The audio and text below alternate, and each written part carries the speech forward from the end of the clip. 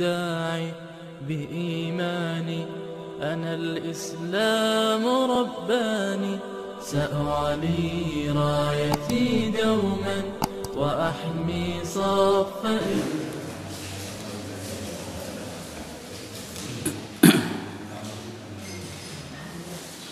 Assalamualaikum warahmatullahi wabarakatuh.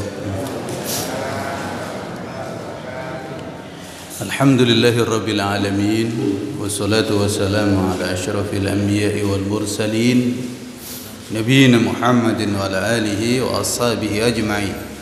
Asyhadu an la ilaha illallah wa asyhadu anna Muhammadan 'abduhu wa rasuluh. Asbahna ala fitratil Islam wa kalimatil ikhlas wa ala dini nabiyina Muhammadin sallallahu alaihi wasallam wa ala millati abina Ibrahim hanifa wa ma kana minal musyrikin radina billahi rabbah wa bil islami dina wa bi Muhammadin nabiyya wa rasulah subhanallahi wa bihamdihi adada khalqi wa ridha nafsi wa zinata arshi wa midada kalimatihi. وعن عبد الله بن عمرو بن العاص رضي الله عنهما عن النبي صلى الله عليه وسلم قال dari Abdullah ibn Amr ibn al-As radhiyallahu anhuma, ini dua-duanya baik Abdullah maupun Amr bin As sahabat Nabi Muhammad sallallahu alaihi wasallam, anak dan bapak, sebagai orang yang dekat dengan Nabi Muhammad sallallahu alaihi wasallam dan punya banyak jasa. Amr bin As ini pejuang Islam, mirip seperti Umar, seperti Khalid. Sementara Abdullah ini putra beliau alim, sangat alim, mirip seperti Ibnu Abbas, Ibnu Umar, dan juga Ibnu Zubair. Ada 4 abadilah, ada 4 sahabat junior yang namanya itu Abdullah, dan terkenal 4-4-nya ini alim, sangat berilmu. Junior Ibnu Abbas namanya juga Abdullah Ibnu Abbas, putra Abbas, berarti dia Abdullah ini sepupu Nabi. Ada lagi Abdullah Ibnu Umar, putra Umar.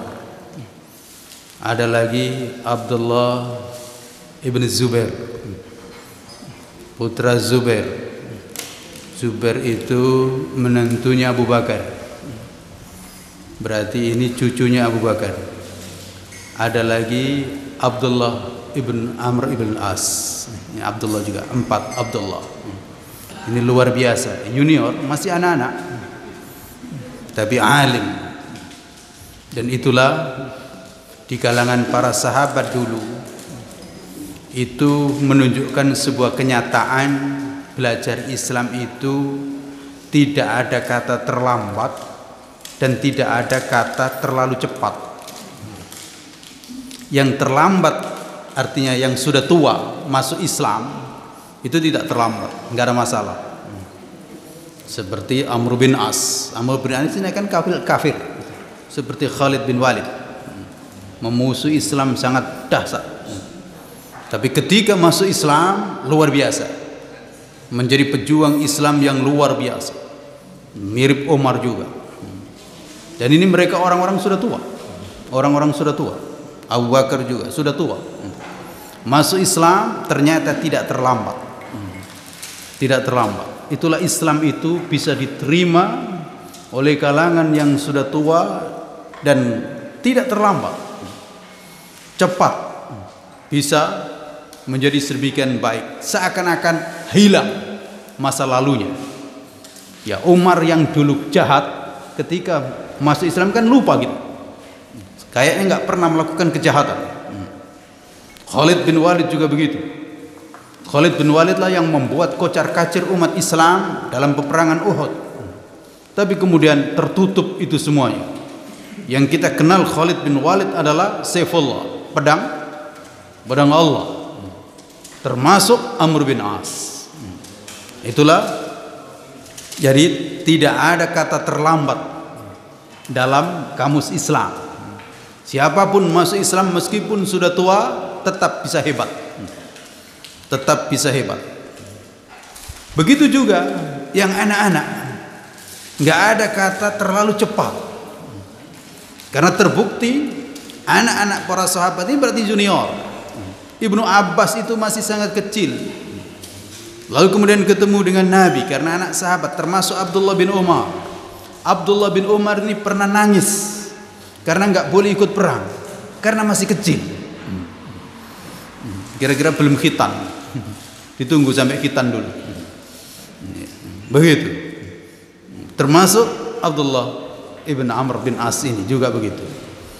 Jadi mereka masih kecil tapi bergaul dengan orang-orang yang sudah tua, belajar Al-Quran, belajar agama, dan karena itu menjadi ulama, menjadi orang alim di waktu yang masih sangat muda. Umur belasan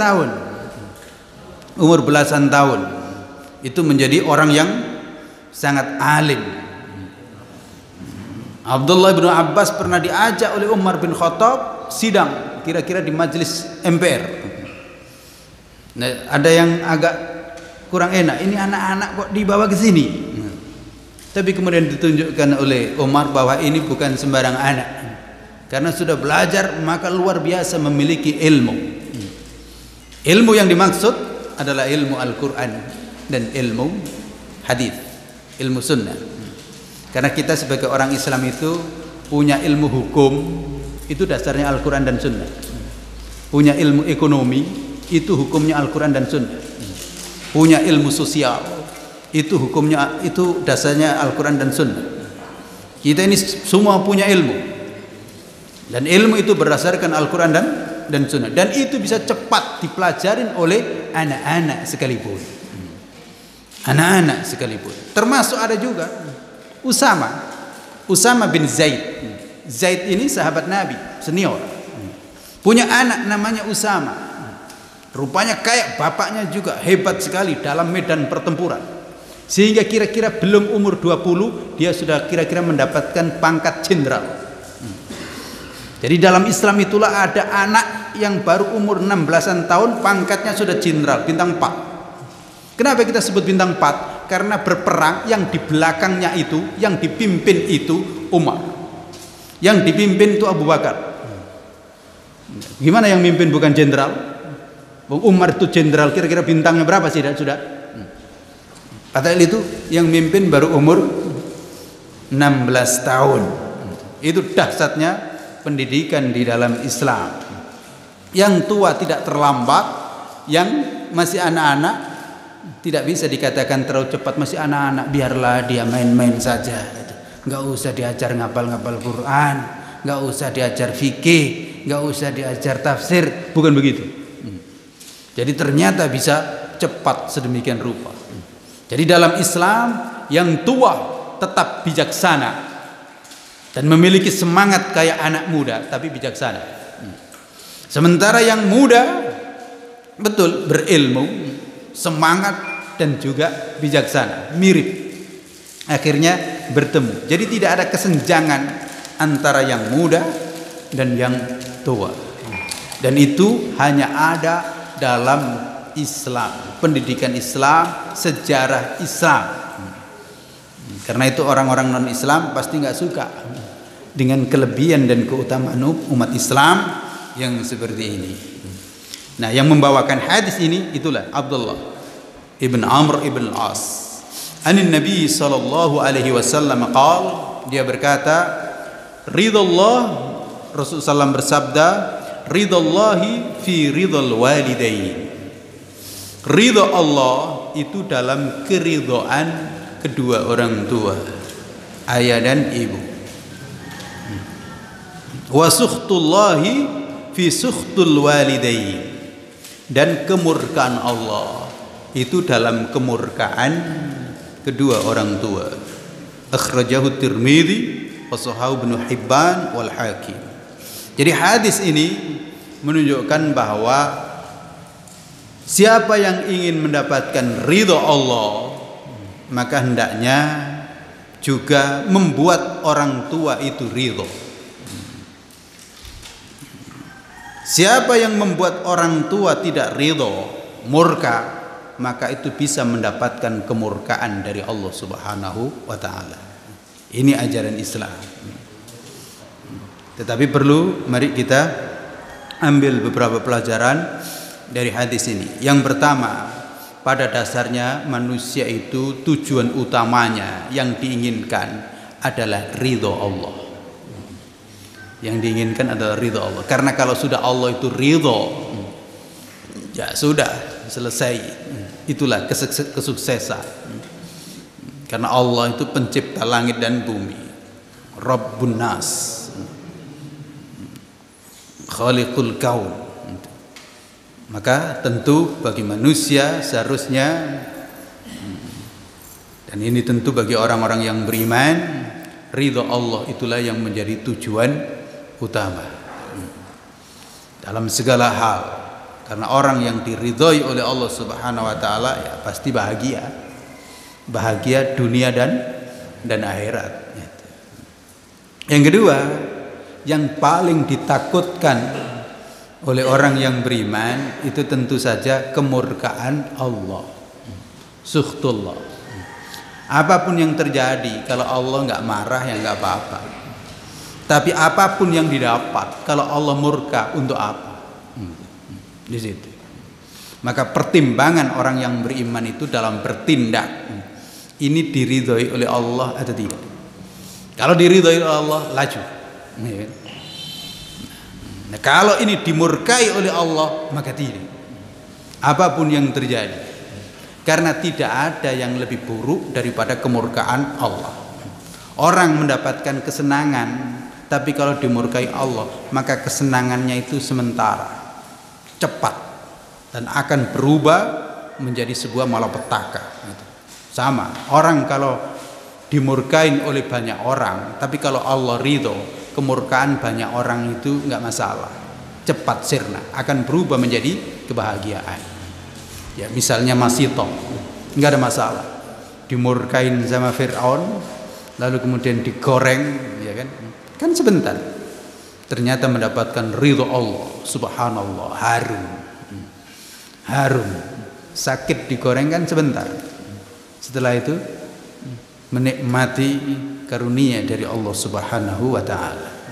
Begitu juga dulu Bilal disiksa sedemikian rupa, ya kayaknya berapa, sehari atau 2 hari, memang sakit, tapi setelah itu luar biasa, berganti dengan ridho Allah, dan menjadi orang yang sedemikian sangat terkenal bukan hanya di dunia, tapi terkenal di langit. Jadi Bilal ini orang yang terkenal di dunia sekaligus terkenal di langit. Buktinya sandalnya sudah duluan nunggu di depan pintu surga, terkenal. Jadi di dunia kan terkenal. Siapa yang nggak kenal dengan Bilal? Ya kan? Semua kan kenal Bilal. Yang pokoknya yang azan yaitu Bilal, ya kan? Meskipun namanya Joni, ya kan? Terkenal. Semua orang kenal dengan Bilal. Ternyata di langit juga terkenal. Karena ada orang yang di dunia nggak terkenal, tapi terkenal di langit. Ya hebat juga, nggak ada masalah. Terkenal di langit. Para malaikat kenal. Karena apa? Para malaikat kenal, ya selalu berada di majelis yang disukai malaikat.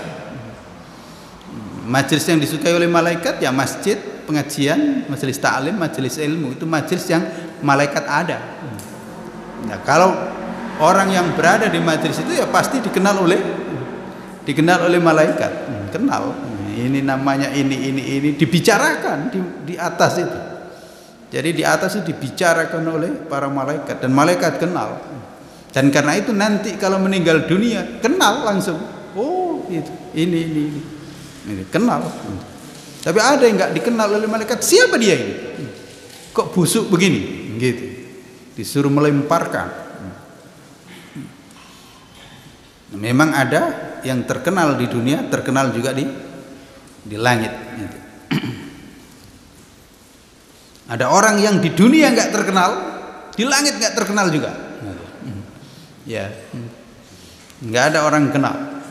Nanti meninggal nggak ada juga orang yang malaikat juga nggak mengenalnya siapa dia.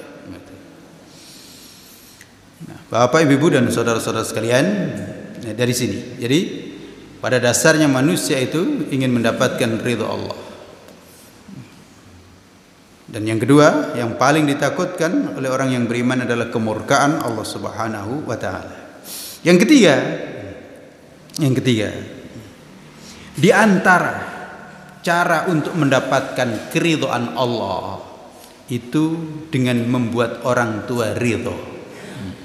Ini salah satu cara.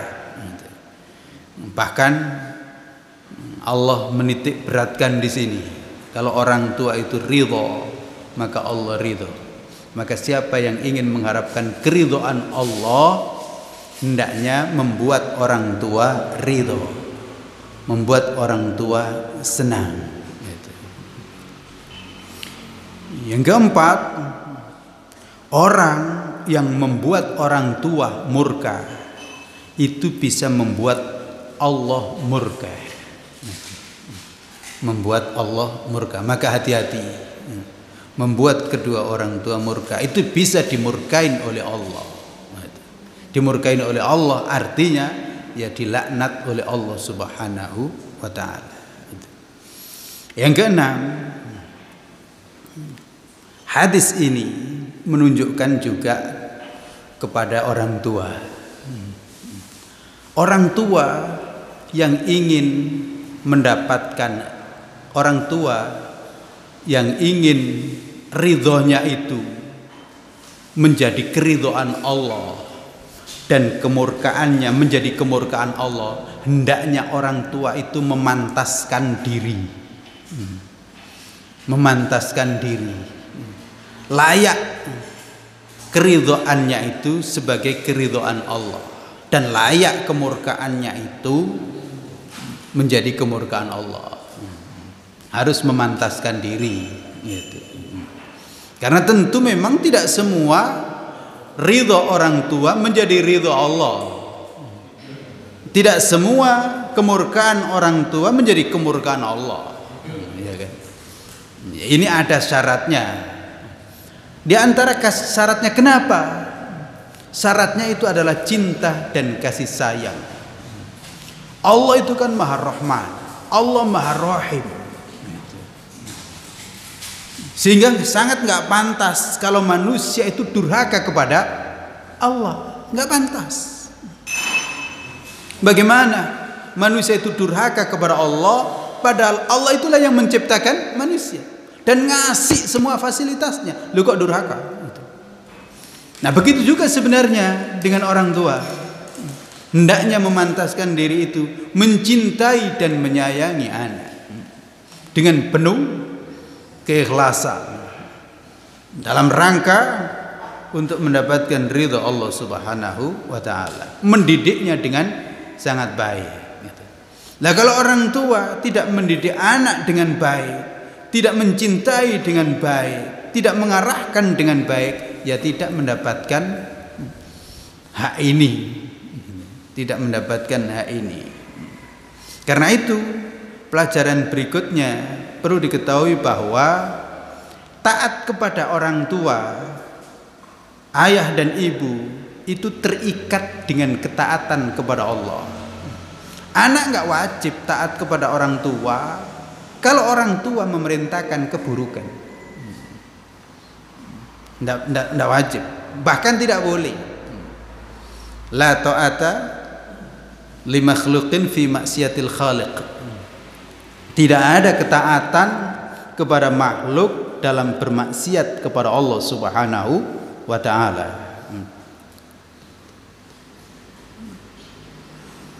Jadi ketaatan kepada kedua orang tua itu terbatas pada hal yang dibenarkan oleh Allah Subhanahu wa taala, terutama kepada hal yang mentaati Allah dan Rasul-Nya. Tapi kalau orang tua memerintahkan kemaksiatan, keburukan, maka tidak ada ketaatan. Di antara sahabat ada juga yang tidak mau taat kepada ibunya karena ibunya melarang beriman kepada Nabi. Sampai akhirnya sang anak diusir, ya iya, dia akhirnya pergi. Nabi Ibrahim juga menjadi contoh itu. Tidak taat kepada ayah yang menyuruh berbuat syirik, ya, tidak. Di situ. Maka taat kepada kedua orang tua ini terikat dengan ketaatan kepada Allah. Maka jangan sampai orang tua menyuruh anak yang tidak benar. Kalau tidak benar, maka itu tidak wajib ditaati. Dan kalau sampai ditaati, kalau anak ngikut, maka dosanya ngikut juga itu. Jadi orang tua yang memerintahkan anak maksiat dan itu dapat dosa, maka orangnya ya dapat dosa. Sebagaimana orang tua mendidik anak dengan baik, anak beribadah, iya, orang tua juga dapat pahala dari anak. Gitu. Bahkan dalam hal-hal yang sampai ulama menyebutkan, bagaimana kalau ayah atau ibu memerintahkan anak lelakinya menceraikan istrinya? Ini para ulama rata-rata mengatakan tidak wajib ditaati. Ya, nggak ada angin, nggak ada badai, lalu orang tua nyuruh ceraikan aja istrimu itu. Hanya karena mungkin faktor sepele atau karena faktor nggak suka dengan bapaknya, ada masalah.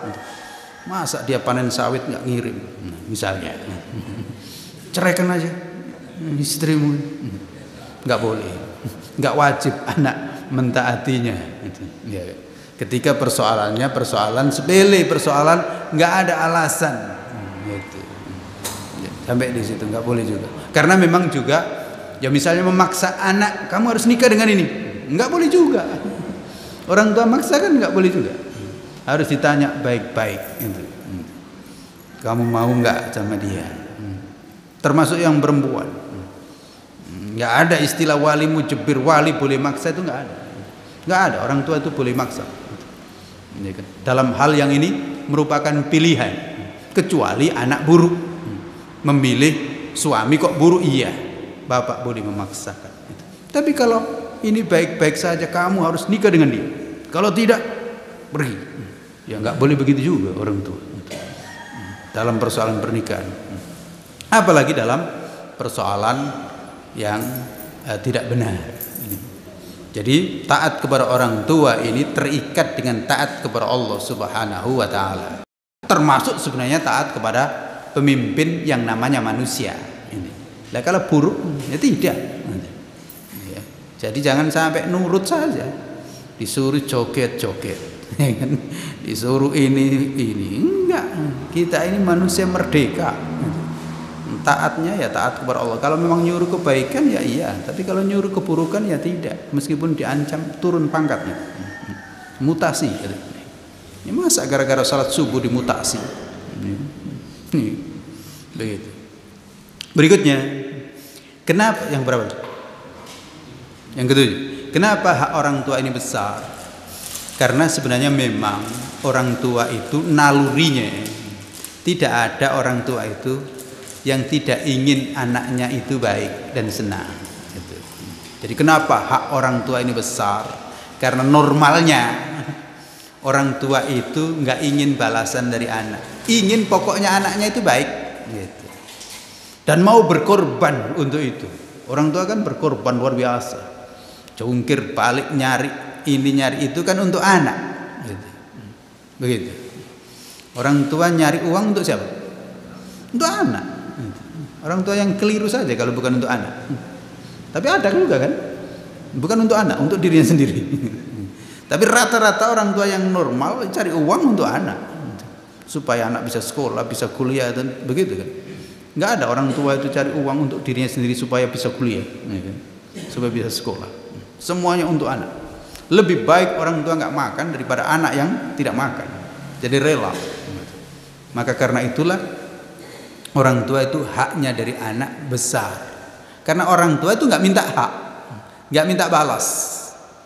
Anak punya kekayaan banyak, orang tua itu nggak minta, nggak mau dikasih. Normalnya begitu.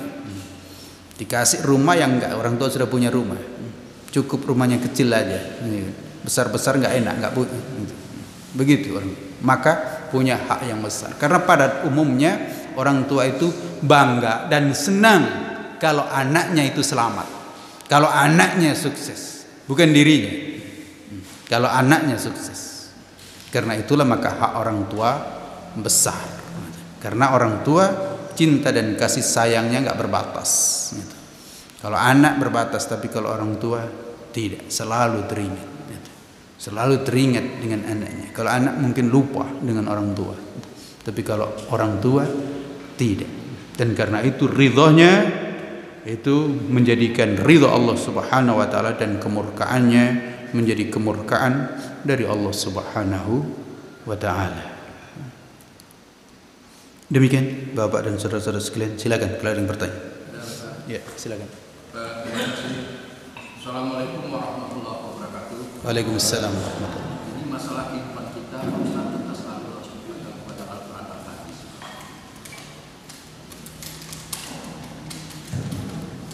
Gimana ini masalah ilmu mana sih? Ilmu? Ilmu mana? Masalah warisan. Ya. Itu kalau ada sekarang warisan itu kan berdoa di bagiannya kepada Al-Quran. Jadi misalkan dia keluarga sudah bersuara. Nantinya kalau dia Al-Quran kan jelas masuk. Untuk bagian laki-laki perempuan. Nah ini tidak berdoa itu. Ada berdasarkan musyawarah. Itu bagaimana masalah? Itu yang pertama masalah. Kedua, masalah murka dari Allah itu Ustaz. Gimana? Murka Allah. Iya. Ini apakah kalau kita cobaan atau musibah itu timpakan kepada kita, apakah kita masuk ke Allah? Ustaz. Terima kasih Ustaz. Assalamualaikum warahmatullahi wabarakatuh. Waalaikumsalam warahmatullahi wabarakatuh. Bagus sekali. Tidak boleh manusia itu musyawarah untuk menentang hukum Allah. Tidak boleh. Musyawarah itu hendaknya berdasarkan hukum Allah. Jangan musyawarah untuk menentang hukum Allah. Yuk kita musyawarah supaya kita sama-sama nggak sholat. Gimana? Nggak boleh. Yuk kita musyawarah, nggak usah pakai hukum Islam. Nggak boleh. Allah itu kasih kita hukum, kita musyawarahkan untuk kita lakukan, bukan untuk kita hindari. Gitu. Bahaya. Gitu. Oleh karena itu silakan anak-anak keluarga bermusyawarah. Ini ada harta waris. Bagaimana menurut Al-Quran? Bagaimana menurut hadis? Begitu. Jangan sampai musyawarah yang melanggar hukum Allah. Musyawarah untuk melanggar hukum Allah itu namanya bersekongkol untuk nantang Allah. Itu konspirasi nantang Allah. Gitu. Maka bahaya, bisa dimurkai oleh Allah nanti. Gitu. Maka dimusyawarahkan. Ini sekian bagian-bagiannya, ini sekian. Nah, setelah tahu bagian masing-masing, kok kemudian ada yang mengatakan, kakak mengatakan, "Dek, nggak apa-apa. Bagian kakak ini ambil aja. Jadi bagian kita jadi sama." Nggak apa-apa. Bagus kakak yang seperti itu, sedekah kepada adiknya. Gitu. Karena melihat adiknya masih butuh kuliah, butuh ini, sementara dia sudah pejabat, gitu. Kalau begitu nggak apa-apa. Tapi kalau dari awal ada yang dominan, udah kita musyawarah aja, kita sepakati bagi sama, nggak boleh. Pasti yang di belakang situ akan ngomel itu sebenarnya. Sebenarnya saya nggak mau, tapi karena kakak diktator ini, gitu. Jadi fair dulu. Ini hukum Allahnya begini. Nah, setelah tahu bagian masing-masing, kok kemudian ada yang rela, nggak apa-apa ngasih. Udahlah kita kakak-kakak ini ngasih ke adik-adik yang perempuan, adik-adik perempuan kan rupanya suami-suaminya masih sulit. Kita yang laki-laki kan alhamdulillah kasih kemudian sama, nggak apa-apa kalau seperti itu. Tapi kalau belum ada kesepahaman langsung main pukul sama saja berdasarkan musyawarah, nggak boleh. Demikian. Dan ini termasuk memang ilmu yang cepat hilang di tubuh umat Islam. Padahal subhanallah ilmu ini luar biasa. menjadikan kehidupan itu normal, tahu tanggung jawabnya. Kenapa sih sebenarnya anak laki-laki itu bagiannya lebih banyak? Karena ini terkait dengan tanggung jawab, gitu. Perlu diketahui, tanggung jawab terhadap orang tua itu anak laki-laki. Jangan keliru. Jadi yang bertanggung jawab terhadap orang tua, kalau orang tua itu sudah tua, itu anak laki-laki yang bertanggung jawab. Lalu, kalau orang tua tidak ada, dia punya saudara perempuan. Saudara perempuan ini nggak ada suami, yang tanggung jawab siapa? Kakak laki-laki atau adik laki-laki? Gitu. Jadi dia pengganti ayahnya. Maka kenapa dia punya hak yang lebih besar? Karena nanti kalau kakak itu punya, dikasihkan ke adiknya, gitu. Tanggung jawab. Jadi misal begitu. Jadi dalam hidup ini nggak lepas tanggung jawab. Ada yang bertanggung jawab. Dalam hidup ini nggak boleh lepas tanggung jawab. Jadi ada yang bertanggung jawab. Ini ada anak kakak, kedua orang tuanya meninggal. Siapa yang bertanggung jawab? Ada. Berarti pamannya. Begitu. Jadi nggak bisa lepas tanggung jawab. Nah karena itulah pembagian warisan dalam Islam itu sekian itu ada nilai tanggung jawabnya. Jangan main sama. Itu. Demikian. Sebentar. Yang kedua tadi. Masalah murka Allah tadi, Ustaz. Kalau kita musibah. Iya. Musibah itu bisa menjadi teguran dari Allah. Iya. Bisa. Bagi orang yang beriman dapat musibah karena kemarin berbuat dosa, itu teguran dari Allah. Azab Allah yang disegerakan, bagus. Gitu. Artinya apa? Supaya dia segera beristighfar, bertaubat kepada Allah. Itu tanda cinta kepada Allah. Oleh karena itu musibah di dunia bagi orang yang beriman itu bisa tanda cinta Allah. Karena baru berbuat maksiat dikit saja sudah ditegur oleh Allah. Gitu. Tandanya apa itu? Tanda cinta. Sama kita, orang tua kan begitu. Kita kalau anak kita melanggar dikit saja, kita tegur dia. Tandanya apa itu? Tanda cinta, gitu. Tapi kalau sudah nggak cinta, nggak sayang, udah terserahlah, gitu. Oleh karena itu dalam kondisi tertentu orang-orang kafir seakan-akan dibiarkan, itu tanda kemurkaan Allah. Biar nanti akhirnya nyungsep, kayak Fir'aun lah. Dibiarkan kan oleh Allah. Terus, ayo terus. Diingatkan nggak mau, ujungnya apa? Ya nyungsep, begitu. Dalam kehidupan demikian. Oleh karena itu, kalau kita mendapatkan musibah, husnudzon saja kepada Allah. Ini mungkin karena kemarin saya berbuat dosa kecil, Allah cinta sayang kepadaku untuk mengingatkanku supaya aku lebih banyak berzikir, bertobat dan seterusnya, gitu. Ada juga yang bukan karena dosa, bukan azab, tapi ingin meningkatkan derajat. Enggak berbuat dosa, enggak apa, tapi Allah kasih musibah. Kasih musibah. Enggak apa-apa, itu bukan azab, tapi untuk meningkatkan derajat. Ya para nabi dan para rasul kan banyak. Nabi Muhammad misalnya dapat musibah, paman meninggal, istri meninggal. Berat sekali, bukan karena dosa, tapi ingin meningkatkan derajat nabi. Di antara hikmahnya supaya Nabi hanya bergantung kepada Allah Subhanahu wa taala saja. Tidak bergantung kepada paman, tidak juga bergantung kepada istri. Naik derajat Nabi. Dapat ganti juga yang lebih baik. Jadi begitu. Nah, kalau bagi orang kafir ada azab besar, iya itu azab. Azab. Jadi sudah berbuat maksiat, berbuat dosa, diazab oleh Allah Subhanahu wa taala. Dan biasanya enggak juga sadar. Karena orang kafir tambah melakukan keburukan hingga sampai puncaknya diadab dengan adab yang besar. Maka ada firman Allah tadi, walanudhiqannahum minal adzabil adna dunal adzabil akbari la'allahum yarji'un. Sungguh kami akan menimpakan azab yang ringan sebelum azab yang besar, supaya apa? Supaya kembali ke jalan Allah. Lah kalau nggak balik ya nanti besar azab itu. Demikian. Silakan.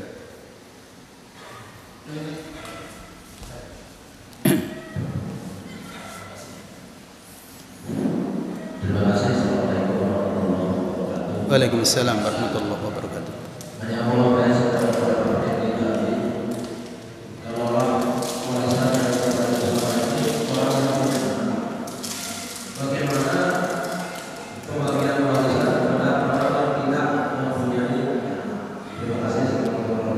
tidak punya anak.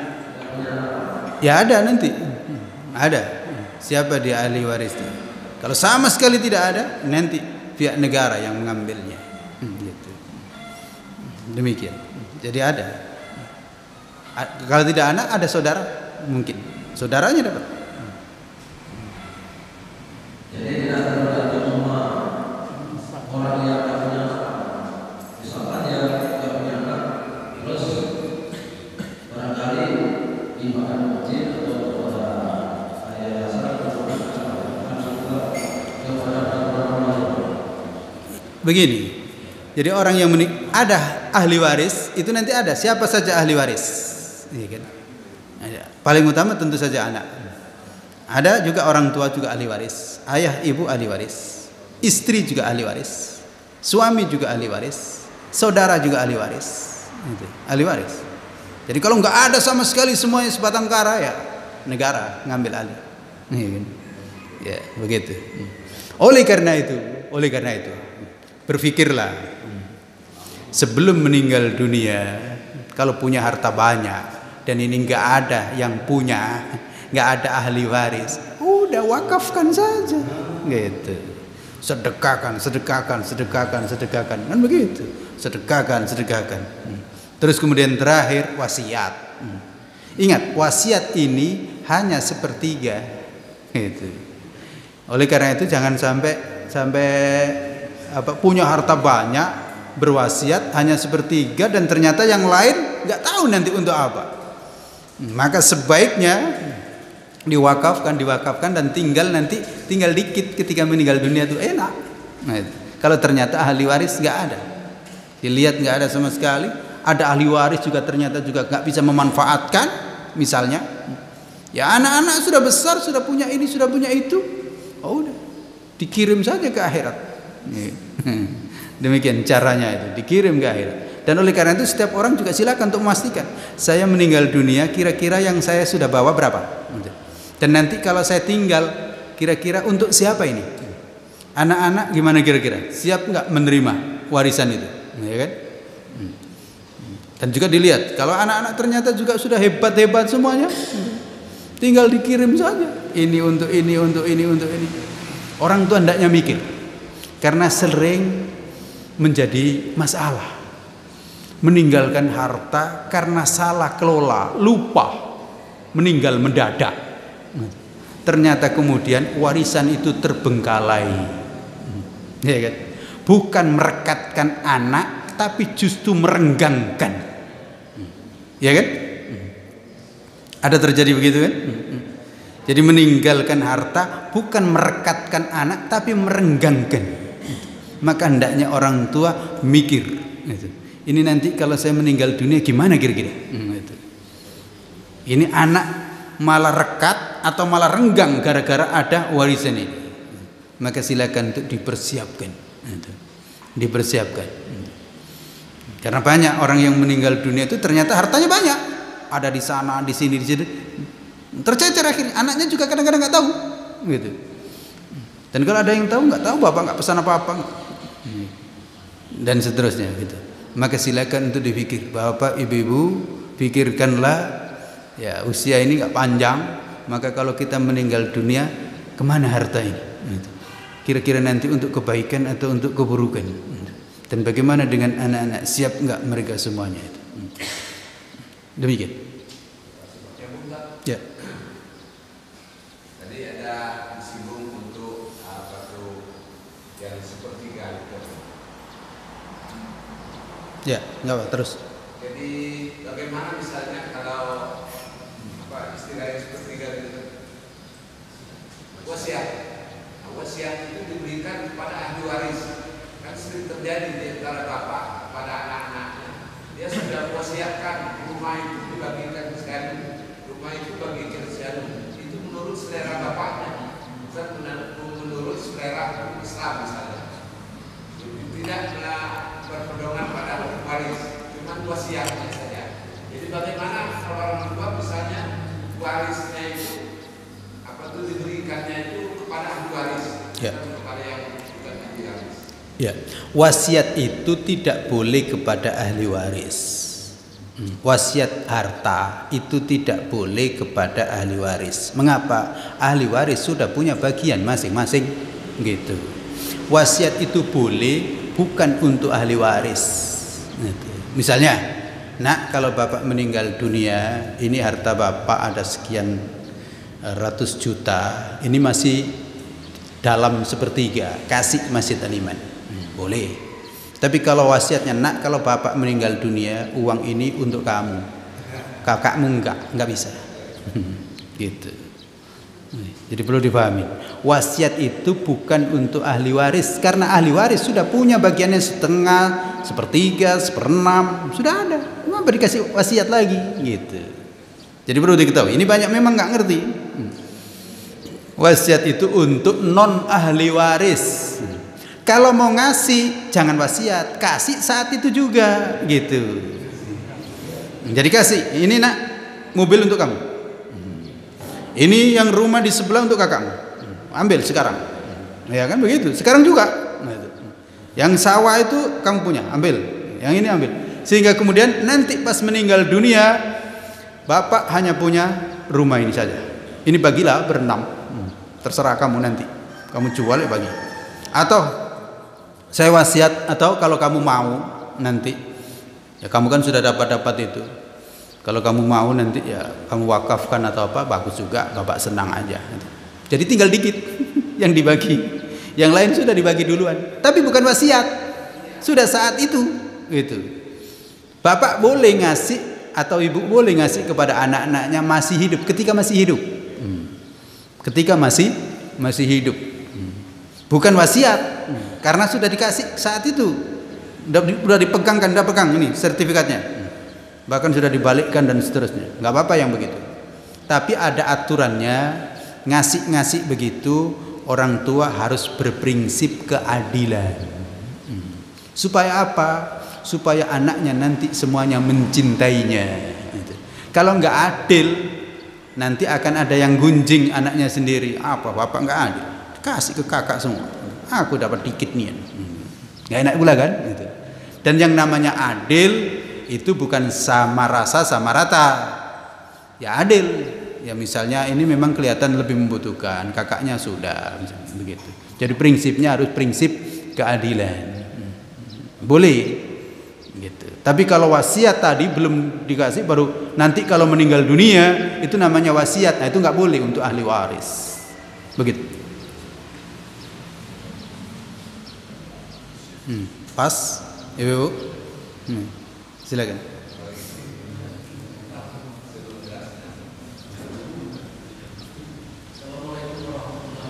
Ya, nggak apa-apa kayak ini.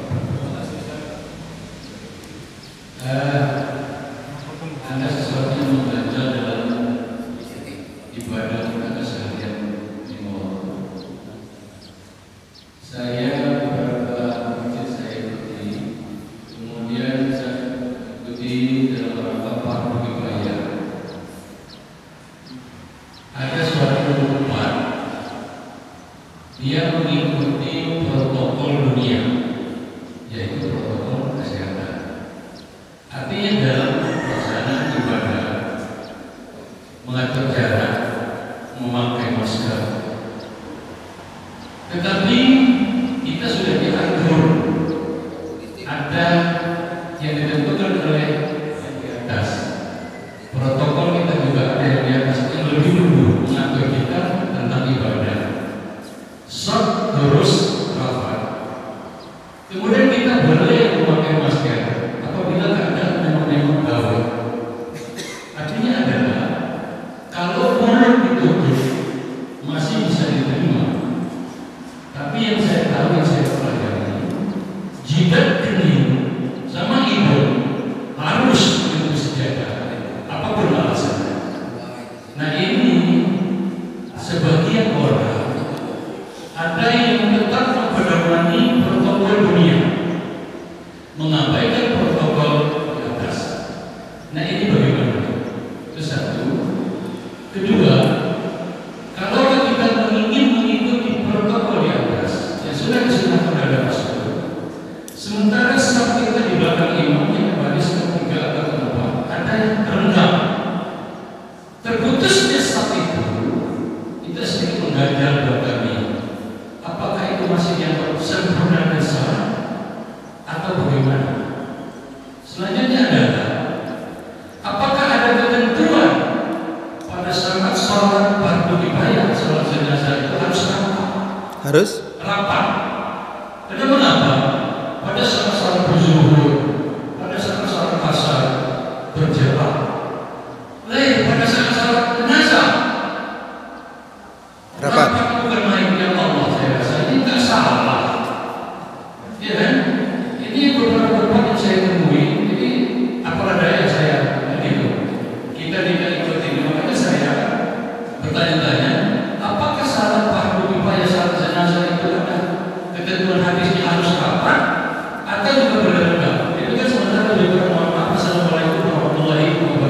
Waalaikumsalam warahmatullahi wabarakatuh. Begini, protokol agama itu dalam kondisi tertentu boleh tidak kita lakukan. Dan ini aturan agama juga, protokol agama juga. Kapan tidak kita lakukan? Ketika ada alasan darurat. Protokol agama, babi itu haram. Tapi kalau nggak ada makanan apa-apa selain babi, dan kalau tidak makan daging babi itu akhirnya mati, maka boleh kita makan. Gitu. Ini protokol agama. Gitu. Sama, kita sholat seharusnya protokolnya itu rapat soft. Tapi di sini ada tiang, ya kan? Maka boleh, nggak apa-apa. Jangan di tiang situ ke situ. Gitu. Ya kan? Gitu. Ini nggak apa-apa. Gitu. Begitu juga. Boleh kita sholat renggang karena ternyata di sini ada ular, ya, ada ular, mongop-mongop begitu, nggak ada yang bisa ngatasi, maka renggang, ya, karena darurat, ya begitulah. Kening kita, muka kita bisa kita tutup, karena kalau nggak kita tutup masuk ini semut, masuk ini, pokoknya yang merusak wajah kita, maka boleh. Nah sekarang pikirkan saja, ini darurat atau tidak? Kalau darurat boleh, kalau nggak darurat jangan ngaku darurat, gitu. Itu aja persoalannya. Ya tadi, kalau daruratnya itu sama dan sama-sama di masjid, ini di masjid ini banyak harimau, karena itu sholatnya renggang pas sholat fardu, ya kan? Ya, loh pas sholat jenazah kok rapat? Apakah pas sholat jenazahnya harimaunya udah pergi? Gitu. Nah di situ maka silakan untuk berpikir dengan bagus. Ini darurat beneran atau daruratan? Gitu. Termasuk juga ini banyak sekali pokoknya harimau kemana-mana. Gitu. Maka jangan ke masjid. Tapi kayaknya kok di pasar nggak ada. Buktinya di pasar nggak ada jaga jarak. Ya kan? Di pasar ada nggak jaga? Saya tuh kemarin ke pasar di Pagar Dewa tuh, masya Allah ramai sekali, sampai kita parkir aja susah. Gitu. Kok nggak ada di sini harimau? Ya kan? Apakah hanya ada di masjid harimau itu? Ya kan? Mari kita semuanya berpikir dengan akal sehat kita. Gitu. Termasuk apa? Ya belakangan. Ya sekarang. Ini sekolah belum buka, masjid juga masih diawas-awas. Gitu. Kami pesantren dirazia juga, ada polisi datang awas kan kalau masih kan. Ya nggak apa-apa, silakan saya bilang. Ya kan begitu. Ternyata apa? Lu kok pilkada jalan?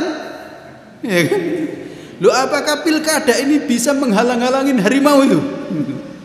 Ya, silakan semuanya berpikir dengan baik gitu. Ya, saya ngajak kita berpikir aja lah. Nggak harus ngikutin pikiran saya gitu. Ya kan? Ini ada yang pakai ini enggak, lu kok aman-aman saja gimana? Gitu. Ya, silakanlah semuanya berpikir dengan sebaik-baiknya. Gitu. Pakai akal sehat kita. Gitu. Ini kita sudah berjalan lama. Gitu. Ya sudah berjalan. Ya, silakan aja. Jadi memang betul dalam Islam itu ada darurat betul. Jangankan salat renggang, nggak ke masjid pun boleh. Nggak ke masjid itu boleh kalau darurat. Hujan lebat. Ya saya kadang-kadang nggak bisa juga keluar kalau sudah hujan lebat. Hujan lebat. Nggak apa-apa, sholat di rumah boleh. Gitu. Karena darurat. Tapi kalau hujannya di Pagar Dewa, lu di Tanah Patah tidak, ngapa kita alasan? Jangan keluar. Karena di Pagar Dewa hujan lebat. Lalu di Pagar Dewa kok hujannya, ngapa kita di Tanah Patah nggak ke masjid? Gitu. Andaikan betul. Ternyata di Pagar Dewa pun nggak ada hujan, hanya isunya hujan di Pagar Dewa, gitu, misalnya. Jadi hendaknya kita semuanya ya melihat kenyataan dan fakta yang ada. Kita ini bisa mendengar, kita ini bisa melihat. Ya andaikan kita terkecoh itu 1 hari 2 hari lah, ya kan? Wajar lah. Ada berita, masa di sana ada harimau ngamuk, langsung kita takut kan. Tapi kan kemudian kita cek setelah seminggu nggak ada, ya sudah, gitu. Jadi kan kita bisa. Orang manusia itu terkecoh, tertipu itu 1 hari 2 hari. Kalau sampai seumur hidup terkecoh ya wallah alam. Begitu. Demikian. Pas. Semoga Allah Subhanahu wa taala melindungi dan meridhai kita bersama dan menjaga agar kita semuanya istiqamah di jalannya. Subhanakallahumma rabbana wa bihamdika asyhadu an la ilaha illa anta astaghfiruka wa atubu ilaik. Assalamualaikum warahmatullahi wabarakatuh.